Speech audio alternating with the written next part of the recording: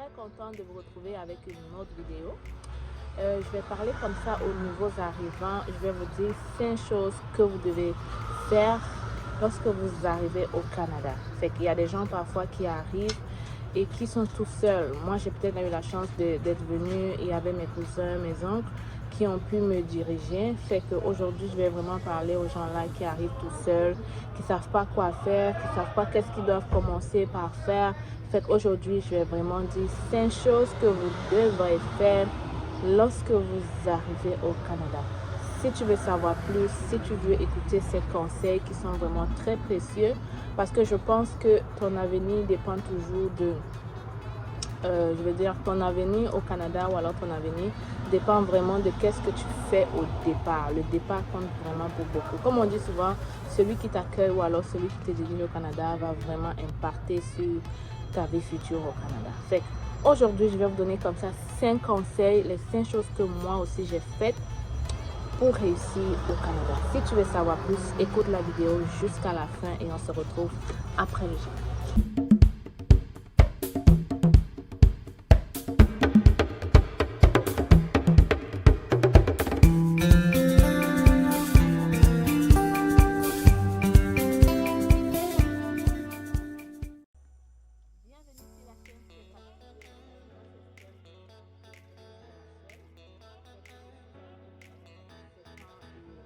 Je suis venue comme étudiante, maintenant je suis résidente permanente. Fait que j'ai créé ces chaînes pour vraiment aider tous les nouveaux arrivants ou alors tous ceux qui veulent venir au Canada pour vous permettre comme ça de vous intégrer facilement et d'éviter peut-être de faire des erreurs que nous on a commises. Fait que si tu veux m'aider, si tu veux me booster, si tu veux m'encourager, je t'invite comme ça à laisser un pouce j'aime ou alors abonne-toi pour ne plus manquer aucune de mes vidéos parce que des conseils comme ça, c'est vraiment précieux pour ton intégration. Fait qu'aujourd'hui, je vais parler des 5 choses que tous les nouveaux arrivants doivent faire quand ils sont au Canada parce que c'est très important votre départ au Canada. Si vous ratez le départ, il est très possible aussi que vous fassiez beaucoup d'erreurs et que vous vous perdez vraiment en chemin. Fait que c'est vrai que moi j'ai eu la chance d'arriver chez mes oncles, mais je pense comme ça aux gens qui arrivent et qui n'ont vraiment personne, qui n'ont pas encore d'amis, qui connaissent personne, qui sont un peu perdus. Il y a beaucoup de gens qui m'écrivent là-dessus, fait qu'aujourd'hui j'ai pensé vraiment à faire ces petites vidéos, une courte vidéo, juste pour vous aider un peu là, pour que vous ayez quand même un aperçu de qu'est-ce que c'est que le Canada. D'ailleurs, j'ai fait beaucoup de vidéos avant pour vous montrer par exemple la température. Fait que tu peux aller regarder ces vidéos, ça va déjà t'aider. Mais aujourd'hui, vraiment, je vais donner les 5 tips, 5 choses que tu dois faire quand tu arrives au Canada. Premièrement, si tu es venu comme étudiant, je vais t'inviter à aller visiter ton école. Prends un moment, va visiter ton école juste pour savoir. Si tu as eu la chance d'arriver avant les cours, vas-y, juste visite ton école, entre dans les classes, pose des questions au directeur de programme là-bas. L'application que tu dois premièrement télécharger lorsque tu arrives au Canada, c'est Google Maps. Google Maps, c'est une application qui te permet d'avoir la direction, de savoir quel bus tu dois prendre, de savoir quel métro tu dois prendre. C'est une application vraiment très utile et nécessaire. C'est même obligé à tout le monde au Canada à Google Maps parce que c'est vraiment nécessaire. Même si tu as une voiture, tu dois avoir Google Maps parce que ça te permet de te rendre au lieu où tu t'en vas. Fait que tu télécharges Google Maps, tu mets l'adresse de ton école. Et comme ça, tu vas voir tous les bus que tu dois prendre ou alors tous les métros que tu dois prendre. Fait que vraiment, la première chose, c'est de se rendre dans son université ou alors son cégep, de visiter, de prendre le temps vraiment de poser des questions aux gens qui sont déjà là-bas. Il ne faut pas avoir peur. Tu peux aller au directeur de programme, poser des questions de ce nouvel arrivant, qu'est-ce que je dois savoir ou alors qu'est-ce que je ne dois pas faire. Est-ce que dans ton école, on interdit 3 absences ou alors est-ce que dans ton école, après, je ne sais pas moi, quand tu es malade, qu'est-ce que tu peux faire? C'est vraiment très important de poser des questions parce que parfois on fait des choses, on fait des erreurs, on fait des choses sans vraiment savoir et après vraiment c'est très difficile de revenir en arrière. Fait que la première chose, c'est d'aller visiter ton école. La deuxième chose, c'est d'ouvrir un compte bancaire. Rien ne se fait au Canada si tu n'as pas de compte bancaire parce que même si ton papa t'envoie l'argent par Western Union, il faut que tu récupères cet argent et que tu mets dans ton compte bancaire. Fait que c'est très important d'ouvrir un compte bancaire. Il y a plusieurs institutions bancaires au Canada. Je ne fais pas la publicité, mais une fois rendu sur place, tu tapes sur Google institution et ensuite tu choisis celle qui te convient le mieux. Donc, il y a plusieurs institutions bancaires. C'est à toi vraiment de faire le choix qui te convient. Fait, tu choisis l'institution et tu appelles pour prendre un rendez-vous. Parce que pour ouvrir un compte, il faut prendre un rendez-vous avec un directeur financier ou alors un consultant là-bas. Tu appelles pour prendre rendez-vous, il va te dire tous les documents que tu dois apporter en tant qu'étudiant étranger. Et bien sûr, à l'heure du rendez-vous, tu te pointes et on va t'ouvrir un compte bancaire. C'est vraiment facile, que tu sois étudiant, que tu sois n'importe quoi. Les gens sont là, ils vont t'ouvrir un compte bancaire assez facilement. Fait que ça, c'était la deuxième chose qui est très importante parce que tu ne peux rien faire sans un compte bancaire parce que même quand tu dois être payé, même si tu t'en vas chercher un travail ou un job, on va te demander ton spécimen de chèque. Fait qu'en même temps que tu ouvres ton compte bancaire, demande au monsieur de te donner un spécimen de chèque. Tu peux même faire 4 exemplaires parce que tu en auras besoin lorsque tu cherches des boulots ou alors lorsque tu cherches des jobs. Mais aussi, l'autre chose aussi, c'est concernant la carte de crédit. Parce que c'est quand tu crées ton compte bancaire qu'on te demande si tu veux prendre la carte de crédit, combien et tout et tout. Bref, ça encore, comme je disais, pour moi, pour un nouveau arrivant, c'est pas trop nécessaire. Ou alors, si tu sais que tu sais bien gérer tes finances, prends la carte de crédit et essaye comme ça d'augmenter ton crédit, c'est-à-dire tu utilises, tu rembourses, tu utilises, tu rembourses. Mais pour les gens qui savent pas gérer les finances, c'est mieux de ne pas prendre au début et de gérer vraiment avec ton compte chèque. Vous comprenez? Parce que le crédit, c'est très important. Je le dis toujours et je vais continuer à le dire. Fait que ça, c'était la deuxième chose, ouvrir un compte bancaire. La troisième chose serait de créer, de prendre un numéro de téléphone en fait. Fait il y a plusieurs options pour celui qui veut prendre le téléphone. C'est à crédit, tu signes un contrat, tu prends le téléphone, on te donne un numéro, une puce et puis tu vas payer par mois en fonction du téléphone que tu auras choisi. Tu auras des paiements mensuels à faire. Maintenant, pensez pas que c'est la blague. Hein?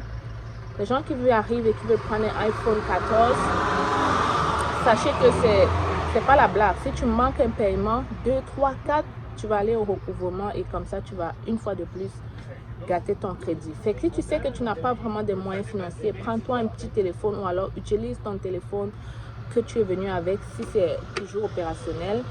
Et tu peux utiliser ton téléphone que tu as voyagé avec. Tu vas juste prendre une puce et tu payes même, je pense que tu as plusieurs options. Tu peux prendre une puce et tu payes en fonction des appels. Par exemple, tu vas prendre une puce, on va dire, ok, tu as juste 20 appels par mois ou alors tu as juste 2 gigas, des trucs comme ça. Mais bon, si tu sais que tu n'as pas beaucoup d'appels vu que tu viens d'arriver et tout, tu peux prendre cette option. Mais si tu sais que tu as aussi des finances, tu peux prendre un petit téléphone qui va te coûter, je sais pas moi, $50 le mois. C'est encore possible. Mais prendre un téléphone quand tu viens d'arriver à $100 le mois, $200, c'est quand même difficile, mais encore, je répète, ça dépend vraiment de tes moyens, de la personne qui t'a envoyé. Si tu en as, tu peux le faire. Donc, la troisième chose, c'était prendre un numéro de téléphone du Canada parce que c'est très important quand tu vas commencer à chercher ton travail. Et ça me permet de vous parler du quatrième point, chercher des jobs étudiants. Il y a beaucoup de jobs étudiants au Canada. Il y en a beaucoup, mais en tant qu'étudiant, tu n'as que le droit de faire 20 heures de travail. Déjà, pour un étudiant, tu n'as vraiment pas le temps. Fait que je ne sais pas comment tu vas faire 40 000. C'est ça, tu n'as pas vraiment le temps. Fait que, mais de la loi, c'est 20 heures de travail. Tu es permis juste de faire 20 heures de travail. Fait que tu trouves ton job. Pour trouver le job, c'est facile. Tu t'en vas sur... Il y a des sites de recherche au Canada et à Nouveau. Je pense qu'il y a Nouveau. Bref, il y en a beaucoup. Peut-être je vais mettre la liste en bas.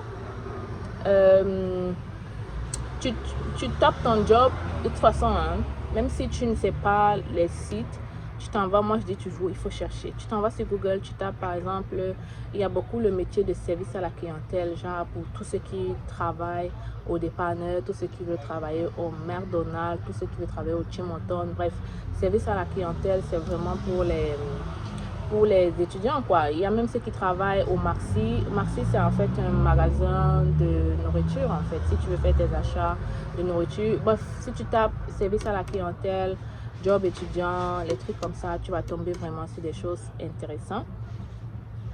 Ça, c'était la quatrième chose, chercher un job. Pour chercher un job, j'ai déjà dit comment le faire. Ils vont te demander d'envoyer ton CV. Très important de faire un CV type Canada. Je vous le conseille vraiment parce que parfois au Cameroun, je parle de chez nous, parfois quand je demande les CV des gens, je suis tellement surprise du CV. Genre, moi-même qui ne suis pas employeur, je regarde ça, je suis juste comme no way, passe. Parce que le CV est tellement mal fait. Évitez de faire des erreurs dans le CV. Évitez de... Je pense que je vais faire une vidéo là-dessus parce que sinon ça va être vraiment très long.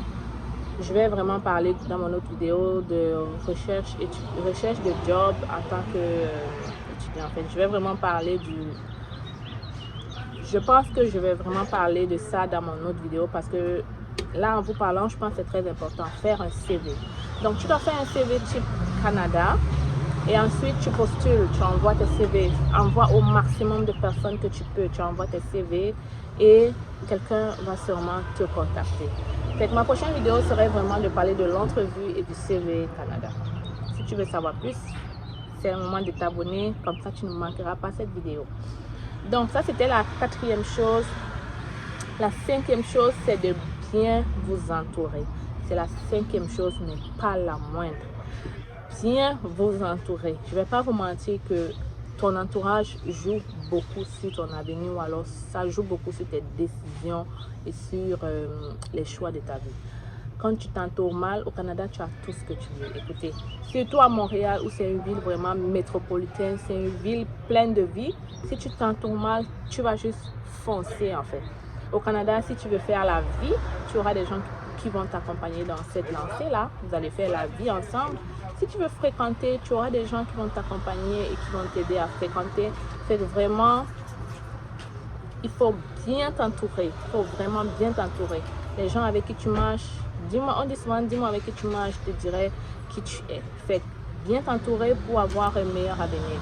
Si tu sais que tu es venu étudier, étudie mon frère, parce que si tu commences à faire la vie, tu vas te perdre dans cette vie et tu vas comme ça, tu vas échouer des cours et tu seras renvoyé, tu ne pourras pas renouveler tes diplômes, tu ne pourras pas renouveler tes papiers parce que tu auras des échecs. Fait que c'est très important d'être bien entouré, de marcher avec des bonnes personnes parce que ça joue beaucoup sur ton avenir. Si tu es une personne saine, tu vas savoir, juste à regarder la personne, tu vas savoir où elle peut t'amener. Fait si tu veux réussir au Canada, entoure-toi des bonnes personnes. Regarde le trajet de la personne, regarde sa vie, regarde ce qu'elle est. Ça te permettra de savoir si ce qu'elle te dit peut t'aider ou pas. Parce que parfois, les gens te disent des choses en fonction de leur vécu. Et si leur vécu, durant tout leur vécu, ils n'ont pas eu des choses bonnes, ils vont aussi te dire des choses et puis toi aussi tu vas faire comme eux, tu comprends? L'autre chose aussi, c'est que même si les gens te disent des choses, fais des recherches toi-même. Ne dis pas, ok, tel m'a dit alors je ne peux pas. Fais des recherches toi-même. Fait que j'ai donné les 5 choses. Je vais récapituler ces 5 choses rapidement. Première chose, tu t'en vas visiter ton école à l'aide de Google Maps. Deuxième chose, tu t'en vas faire ouvrir un compte bancaire. Tu choisis ton institution et tu réfléchis vraiment avant de prendre une carte de crédit. Troisième chose, tu prends un téléphone. Tu réfléchis vraiment au téléphone que tu vas prendre. Est-ce que vraiment les coûts et tout ça. Donc, tu prends un téléphone, un numéro de téléphone. Quatrième chose, c'est de trouver un job. Et de faire vraiment un CV type Canada. Et la cinquième chose, c'est de t'entourer des bonnes personnes.